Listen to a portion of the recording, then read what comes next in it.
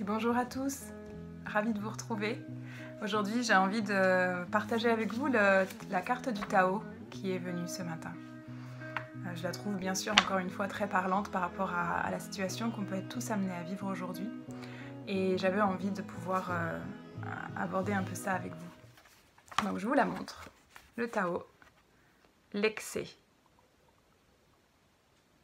On voit bien un homme qui croule sous les roches et qui ne peut plus porter, qui est dans un excès total et que là il commence à se dire qu'il y a quelque chose qui ne va pas. Et si on veut qu'il y ait un changement qui s'opère actuellement, il faut déjà commencer par se rendre compte que quelque chose ne va pas. Sinon, si ça ne va pas jusqu'à ce point de rupture, rien ne changera.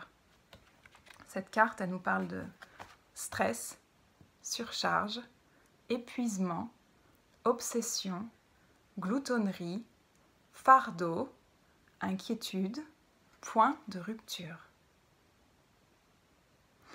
Alors ce qui m'est venu en voyant cette carte, c'est effectivement que dans notre société aujourd'hui, la surconsommation et tous les excès pour la terre, la destruction de la terre pour pouvoir se nourrir, les élevages, la façon de se nourrir, la façon de consommer, la façon de dépenser son argent dans des choses futiles.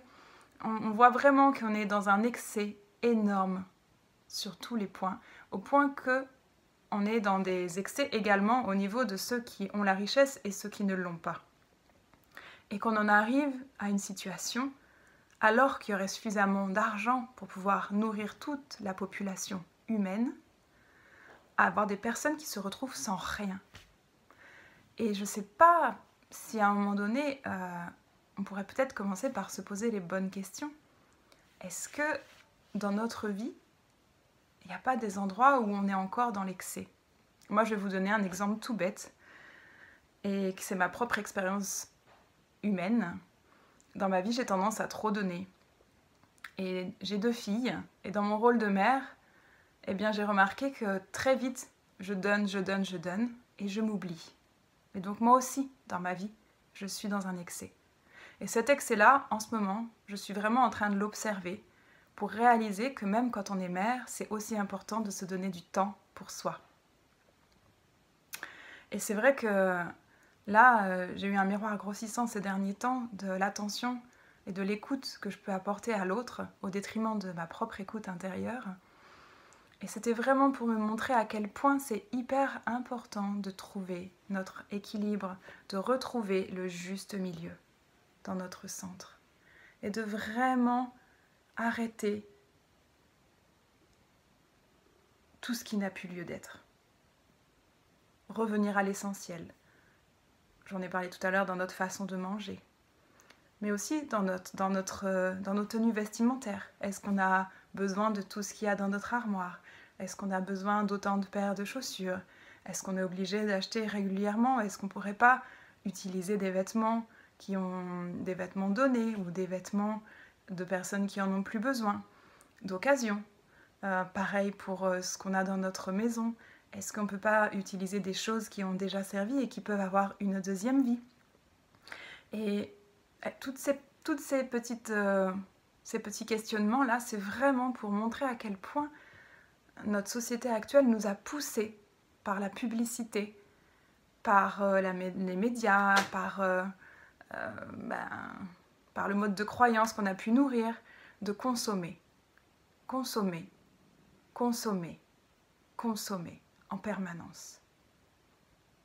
Et là, cette consommation, elle va aussi dans les divertissements, les écrans, consommer des séries, consommer des films, consommer des téléréalités, consommer. Et puis sur Internet, consommer de l'information, consommer des vidéos, consommer des lectures en tout genre. Sans parler de la pornographie, consommer cette sexualité totalement déviée en permanence. Moi, j'ai appris que pendant le confinement, ils avaient mis à disposition gratuitement des vidéos à type pornographique et j'ai trouvé ça Quel dommage qu'on salisse à ce point-là l'amour. La sexualité, avec l'amour, avec le cœur. Quel dommage. Sans compter bien sûr tous les abus qu'il y a pu y avoir. Donc, vous ne pensez pas que tout ça, il serait temps qu'on passe à autre chose? Il serait temps qu'on regarde un peu où on en est dans notre vie? Et que finalement, on commence à faire le point par point, dans chaque domaine de notre vie. Comment on peut ajuster tout ça? Par exemple, notre mental. On passe notre temps à écouter notre mental et nos pensées et à suivre le fil de là où elle nous amène, plutôt que de rester dans notre centre. Quand on fait le vide dans sa tête, on peut mieux capter notre intuition, on peut mieux capter les inspirations qui viennent à nous. Les artistes, ils savent très bien ça, parce que pour être inspiré, il faut savoir faire le vide aussi. Et aujourd'hui, comme par hasard, on empêche les artistes de pouvoir se montrer, parce qu'ils dérangent un peu. Ils dérangent un peu l'ordre établi, de par leur liberté de penser. Mais continuons de créer, et le temps venu, nous pourrons prendre notre juste place. Pour le moment, je sens que c'est une période qui nous demande de vraiment s'intérioriser, se remettre en question, se poser les bonnes questions. Qu'est-ce qu'on a envie pour notre monde, pour nos enfants? Est-ce qu'on a vraiment envie d'un monde où nos enfants, dès l'âge de 6 ans, portent un masque? Est-ce qu'on a vraiment envie de toutes ces restrictions, de toutes ces obligations forcées? Est-ce que c'est ça que nous voulons pour l'avenir de notre vie et de nos enfants et de notre monde? Je crois vraiment qu'on est à un tournant. Là, on est vraiment à un volte-face où on a la possibilité de créer à nouveau, vraiment, en conscience, notre réalité. Qu'est-ce qu'on veut vraiment pour notre vie? Qu'est-ce qu'on veut vraiment vivre aujourd'hui? J'entendais récemment que le quantique commence à être abordé de plus en plus et je trouve ça super. Si vous n'avez jamais entendu parler de la physique quantique, je vous invite vraiment à aller creuser un peu plus là-dessus. Et la base de ça, c'est d'y croire. De croire en ce qu'on veut pour le manifester. Et pour l'instant, tout est fait pour déstabiliser. Tout est fait pour empêcher de croire. Tout est fait pour avoir peur. De sorte qu'on n'arrive plus du tout à être créateur de notre réalité et qu'on suive simplement celle qu'on a envie de nous imposer aujourd'hui. Et moi, je vous inviterais vraiment à faire le point à l'intérieur de vous. Qu'est-ce qui se passe dans votre vie aujourd'hui? Quels sont les endroits où vous êtes en excès et vous pouvez peut-être rééquilibrer les choses?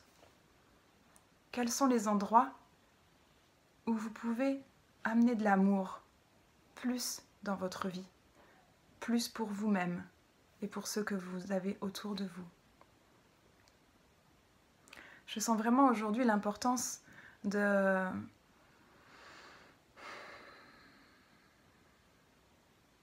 de vouloir faire. Prendre le temps de s'arrêter un temps. De faire le point de ce qui se passe là, au-dedans. Et après de pouvoir poser les actes justes en fonction de ce qu'on aura éclairci en nous. Et pas juste action-réaction. Parce qu'action-réaction, on a bien vu que ça mène qu'à des guerres. Et pour moi, c'est pas avec des guerres qu'on peut faire la paix. Enfin, je sais pas. Est-ce que vous pensez vraiment qu'une guerre peut amener la paix? Moi, je suis désolée, mais ça m'a jamais parlé. J'ai jamais compris pourquoi les humains se faisaient la guerre en pensant avoir la paix. Pour moi, c'est une aberration. Est-ce que vous vous rendez compte quand même de ce qu'on vous fait croire? Qu'il faut faire la guerre pour avoir la paix? Alors que la paix, elle vient d'abord au-dedans et qu'on ne peut forcer. On ne peut pas forcer les gens à changer de l'intérieur, il n'y a que nous qui pouvons le faire. On peut nous contraindre à rester chez nous, mais on ne peut pas nous contraindre à changer intérieurement. Ça, c'est individuel. Et ce changement, il est collectif et individuel à la fois. Ça veut dire que chacun, on doit faire notre part. Et 1 plus 1 plus 1 plus 1 plus 1 plus 1, à un moment donné, c'est la masse critique qu'on peut atteindre. Vous avez peut-être entendu parler de la masse critique depuis le temps, avec toutes ces années-là. Surtout avec ce confinement, ça a réveillé beaucoup de choses. avec la théorie du centième singe, que vous pouvez regarder aussi, hein. Il y a pas mal de vidéos qui parlent de ça en ce moment. Et moi, je crois beaucoup en la masse critique. Il ne suffit pas qu'on soit 100% réveillé à la réalité des choses pour pouvoir changer les choses. Il suffit juste qu'il y ait la masse critique qui soit atteinte, un certain nombre d'humains sur cette terre qui ait ouvert les yeux sur la véritable réalité dans laquelle nous vivons et tous les potentiels infinis que nous pouvons utiliser qui n'ont pas besoin de nous laisser asservis.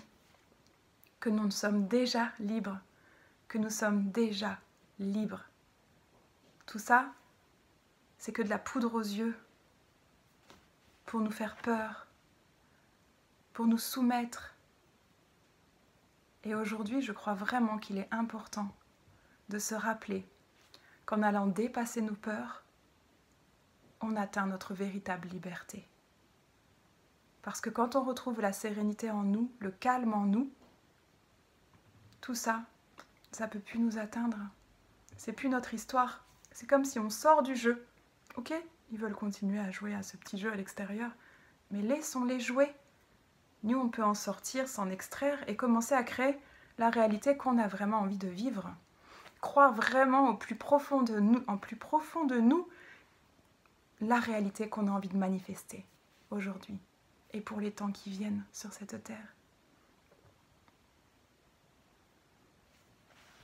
Je termine en vous lisant la carte de l'excès. Le texte traditionnel du Yiking se sert de l'analogie d'une poutre de charpente tellement surchargée qu'elle fléchit jusqu'à son point de rupture. La surcharge peut être due à un excès de choses positives ou au contraire à un épuisement causé par une hyperactivité. Vous avez pu voir qu'aujourd'hui, dans notre société, tout est fait vite. Tout est une histoire de rentabilité. On ne prend plus le temps de se parler. On ne prend plus le temps de s'arrêter. On ne prend plus le temps de vivre. Est-ce qu'il ne serait pas temps de revoir un peu les choses dans le bon sens ? Que la pression soit extérieure ou intérieure, l'excès vous donne l'impression d'être une bête de somme. Il est temps de commencer à éliminer le stress et de comprendre en premier lieu comment vous en êtes arrivé là. À un moment donné de votre parcours, vous avez certainement choisi d'ignorer vos propres limites. Et là, on voit bien qu'on vient empiéter de jour en jour sur nos propres limites parce qu'on n'a pas su dire stop, on n'a pas su dire non, on n'a pas su dire ça suffit, vous n'irez pas plus loin.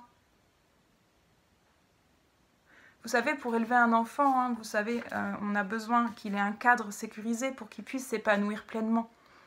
Et bien là, c'est comme si nous, adultes, on n'avait pas bien posé notre cadre et que du coup, l'extérieur était en train d'empiéter dessus. De plus en plus, ça se réduit, ça se réduit, ça se réduit, ça se réduit. Mais ça, en fait, c'est juste pour qu'à un moment donné, on fasse stop! Et on se libère de tout ça et on arrête de nourrir cette énergie. Nous sommes créateurs de notre réalité. Nous sommes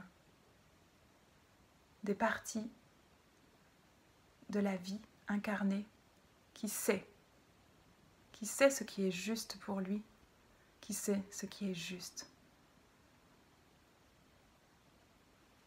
Faisons-nous confiance. Faisons confiance en notre instinct, faisons confiance en notre intuition.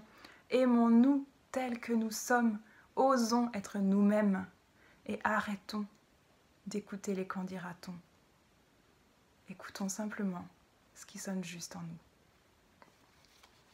Maintenant, le réveil à la réalité vous perturbe.